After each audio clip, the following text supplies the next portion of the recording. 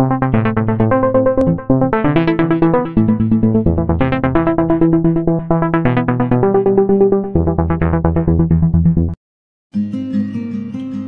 હજુ સુધી અમારી ચેનલને સબસ્ક્રાઇબ ન કરી હોય તો સબસ્ક્રાઇબ કરો અને બાજુમાં આપેલા બેલ આઇકન પર ક્લિક કરો જેથી તમને અમારા નવા વિડીયોની નોટિફિકેશન મળતી રહે। આજનો આપણો ટોપિક છે સમસ્થિતિમાન પૃષ્ઠ। હવે સમસ્થિતિમાન પૃષ્ઠ કોને કહેવાય તો નામ પરથી જ ખબર પડે। સમસ્થિતિમાન પૃષ્ઠ, સમ એટલે સમાન, સ્થિતિમાન એટલે વિદ્યુત સ્થિતિમાન અને પૃષ્ઠ એટલે સમતલ। એવું કોઈ સમતલ કે જેના પરના બધા જ બિંદુઓ આગળ વિદ્યુત સ્થિતિમાન એક સમાન હોય તેને શું કહે છે? સમસ્થિતિમાન પૃષ્ઠ કહે છે। આમ સમસ્થિતિમાન પૃષ્ઠની જો વ્યાખ્યા લખવી હોય તો આપણે એવી રીતે લખી શકીએ કે સમાન વિદ્યુત સ્થિતિમાન ધરાવતા બિંદુઓમાંથી પસાર થતા કાલ્પનિક પૃષ્ઠને સમસ્થિતિમાન પૃષ્ઠ કહે છે। તો આપણે લખીએ સમાન विद्युत स्थितिमान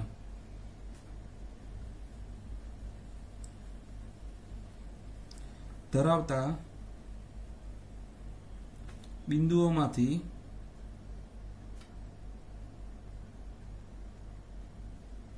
पसार थता काल्पनिक पृष्ठ ने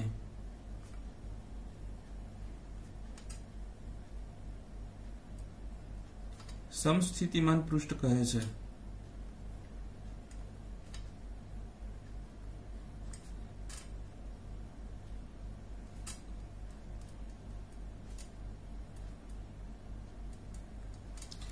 હવે સમસ્થિતિમાન પૃષ્ઠ જોઈએ તો ધારો કે કોઈ બિંદુવત વિદ્યુત ભાર છે +q,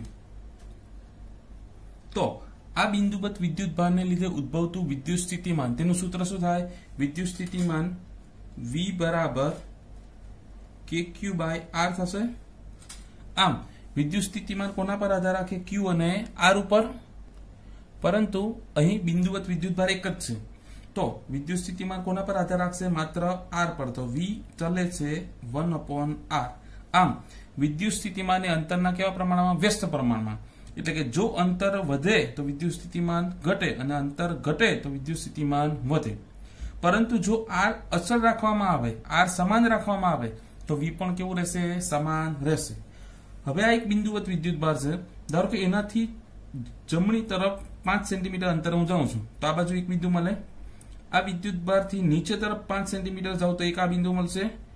આ વિદ્યુત ભારથી ઉપર તરફ 5 સેન્ટીમીટર, ડાબી તરફ 5 સેન્ટીમીટર, આમ ચારે દિશામાં 5-5 સેન્ટીમીટર જાઉં એટલે કે ચારે દિશામાં અંતર કેવું છે? સમાન। અંતર સમાન હોય તો વિદ્યુત સ્થિતિમાન પણ કેવું? સમાન। આમ આ વિદ્યુત ભારથી ચારેય દિશામાં આ જે ટપકા આપણે પાડ્યા ત્યાં વિદ્યુત સ્થિતિમાન કેવું હશે? એક સમાન હશે। હવે તે જ રીતે અહીંયાથી Q થી આ બાજુ 5 સેન્ટીમીટર જાઉં, આ બાજુ જાઉં, આ બાજુ જાઉં, આ બાજુ જાઉં, કોઈ પણ દિશામાં 5 સેન્ટીમીટર અંતરે જાઉં તો એ દરેક બિંદુ આગળ વિદ્યુત સ્થિતિમાન કેવું હશે? એક સમાન હશે।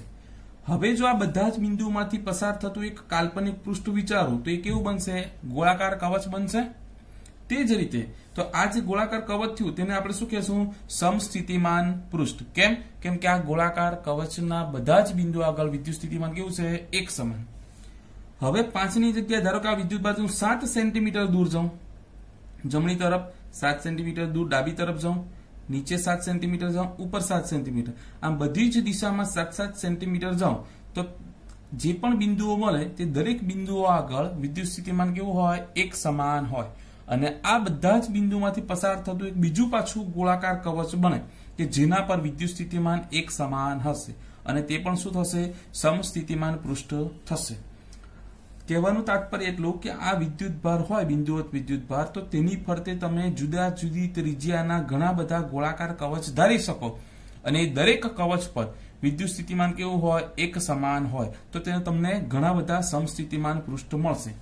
હવે આ કવચ પરનું વિદ્યુત સ્થિતિમાન અને આ કવચનું વિદ્યુત સ્થિતિમાન એ બંને અલગ છે, પરંતુ આ એક જ કવચની વાત કરું અંદરનો વર્તુળની, તે વર્તુળ પર બધા જ બિંદુ આગળ વિદ્યુત સ્થિતિમાન સમાન છે, માટે આ એક સમસ્થિતિમાન પૃષ્ઠ, પહેલું સમસ્થિતિમાન પૃષ્ઠ।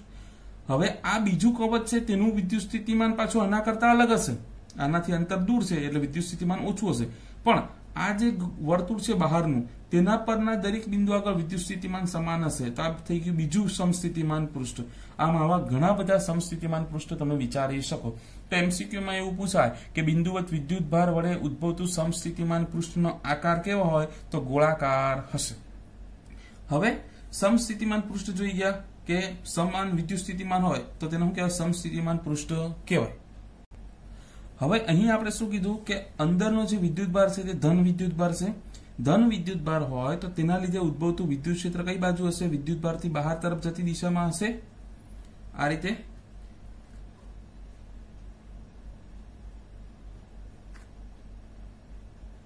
તો આ સમસ્થિતિમાન પૃષ્ઠ અને આ વિદ્યુત ક્ષેત્રની દિશા તે આકૃતિ પરથી જોઈ શકાય કે બંને કેવી છે પરસ્પર એકબીજાને લંબ છે. એની જગ્યાએ જો -q વિદ્યુત ભાર હોય તો શું થાય વિદ્યુત ક્ષેત્ર અંદર આવતી દિશામાં હશે. લાઈન તો આ જ રહેવાની પણ તીર કઈ બાજુ થઈ જશે અંદર તરફ. તો પણ શું થશે સમસ્થિતિમાન પૃષ્ઠ અને વિદ્યુત ક્ષેત્ર એ બંને કેવા હશે એકબીજાને પરસ્પર લંબ હશે. તો એક બીજો પોઈન્ટ યાદ રાખવા જેવો કે સમસ્થિતિમાન પૃષ્ઠના દરેક બિંદુ આગળ વિદ્યુત ક્ષેત્ર પૃષ્ઠને લંબ રૂપે હોય છે. આપણે લખીએ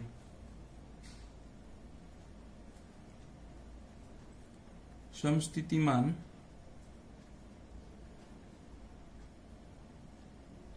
પૃષ્ઠ પરના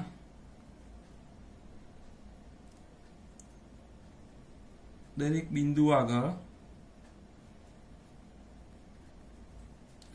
વિદ્યુત ક્ષેત્ર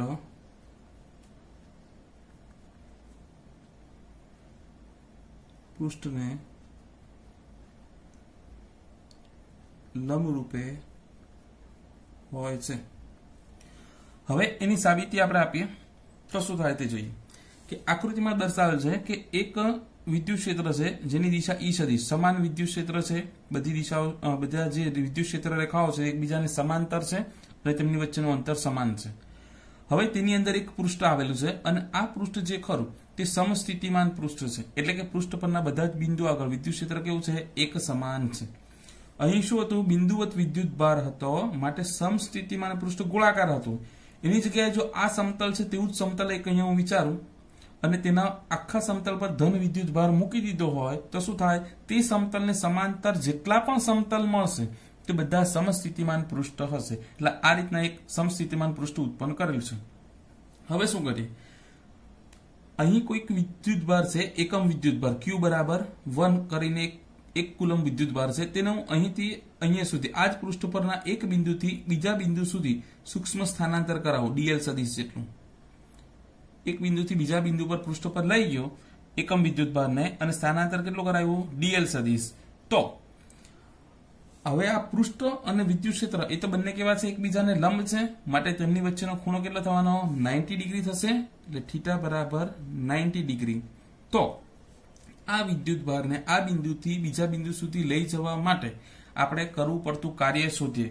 તો કાર્ય શોધીએ એ પહેલા આપણે ધારો કે વિદ્યુત સ્થિતિમાન જોઈએ તો વિદ્યુત સ્થિતિમાનનું આપણે સૂત્ર આગળ હતું કે એકમ વિદ્યુત ભારને લઈ જવા માટે કરવું પડતું કાર્ય એટલે કે વિદ્યુત સ્થિતિમાન બરાબર કાર્યના છેદમાં વિદ્યુત ભાર હતો માટે આના પરથી કાર્ય W = શું થાય Q * V. ક્યારે કોઈ એક બિંદુ માટે હોય તો પરંતુ અહીંયા તો એક બિંદુથી બીજા બિંદુ પર લઈ ગયા એટલે શું આવશે વિદ્યુત સ્થિતિમાનનો તફાવત બે બિંદુ વચ્ચેનો વિદ્યુત સ્થિતિમાનનો તફાવત. પરંતુ આ પૃષ્ઠ તો કેવું છે સમસ્થિતિમાન પૃષ્ઠ એટલે આ બંને બિંદુ આગળ વિદ્યુત સ્થિતિમાન કેવું હોય એક સમાન માટે વિદ્યુત સ્થિતિમાનનો તફાવત કેવો આવે 0 એટલે Q * 0 બરાબર 0. આમ આ વિદ્યુત ભારને એક બિંદુથી બીજા બિંદુ સુધી લઈ જવા માટે આપણે કોઈ કાર્ય કરવું પડતું નથી. સમસ્થિતિમાન પૃષ્ઠ જો વિદ્યુત ક્ષેત્રને લંબ રૂપે મૂકેલું હોય તો વિદ્યુત ભારને એક બિંદુથી બીજા બિંદુ સુધી લઈ જવા માટે કોઈ કાર્ય કરવું પડતું નથી. હવે આ લંબ છે કે તે ચેક કરીએ તો આપણે કાર્યનું બીજું સૂત્ર કે કાર્ય W બરાબર શું થાય બળ ગુણ્યા સ્થાનાંતર થાય તો F * dl. F dl cos θ આવે પણ θ બરાબર 0 અને cos 0 1. પરંતુ F બરાબર તો શું થાય Q * E થાય dl કારણ F બરાબર Q * E. પાછો Q બરાબર તો 1 છે એટલે Q અહીંયા 1 થઈ જવાનો. Q બરાબર 1 E * dl. एफ सदिश इंटू डीएल सदिश। तो एफ बराबर शू थाय क्यू ई डीएल सदिश अने ई डीएल इंटू कॉस थीटा लखीए आपणे। परंतु आ कार्य जे आपणे कर्युं ते कार्य तो केवुं छे शून्य छे। आम ई डीएल अने कॉस थीटा आ त्रणेय त्रणनो गुणाकार केवो छे शून्य छे। मीन्स के आ त्रणमांथी कोई एक राशि शून्य होवी जोईए। ई तो शून्य नथी केम के विद्युत क्षेत्र छे। डीएल एटले स्थानांतर, ए तो स्थानांतर आपणे करावेलुं ज छे, ए क्यांथी शून्य होवानुं। तो आ तीजी जे राशि खरी कॉस थीटा ते केवी होवी जोईए शून्य होवी जोईए। माटे 0 = कॉस थीटा। आम कॉस थीटा 0 छे तो थीटा केटला होय के 0 थाय। कॉस नी कई किंमत 0 थाय? थीटा बराबर 90 होय तो माटे थीटा बराबर केवा हशे π/2। आम विद्युत क्षेत्र अने स्थानांतर बंने एकबीजाने लंब छे। हवे स्थानांतर क्या छे समस्थितिमान पृष्ठ पर। आम कोईपण बिंदु आगळ समस्थितिमान पृष्ठ ए विद्युत क्षेत्रने हमेशा केवुं हशे लंब रूपे हशे।